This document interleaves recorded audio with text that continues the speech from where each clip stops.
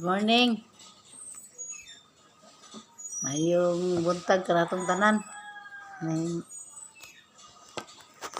Nain taon mi diri nangapi Nangapi mi diri plano mi kung saya mong buhaton ani.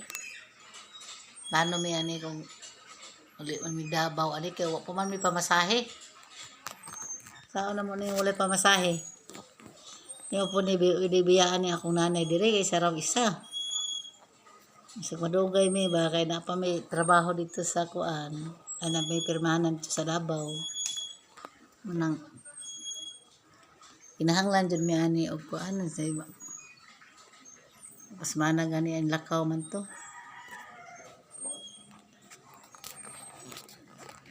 Magplano ta ni mga friends, mga plano ta ni kanang mauli ta niya watay kwarta lisod pud kayo plano raw ay kwarta. Okay. Namatay kinahanglanon nga ulion. Alam sa niya akong kauban din naghangad-hangad ba ni ano man eh. Sa man nay?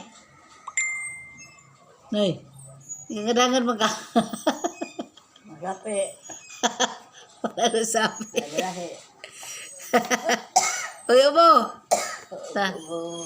Ubo na wala sabi. Kasi ako pala pagbuot sa Ginoo na ikaw atay kwarta sa amin ba naghamputag kwarta sa lagan po siguro ta. Hindi po taglakaw. Kasi muta ni mo. Ubo. Uy kaso. Salamat sa pagtanaw.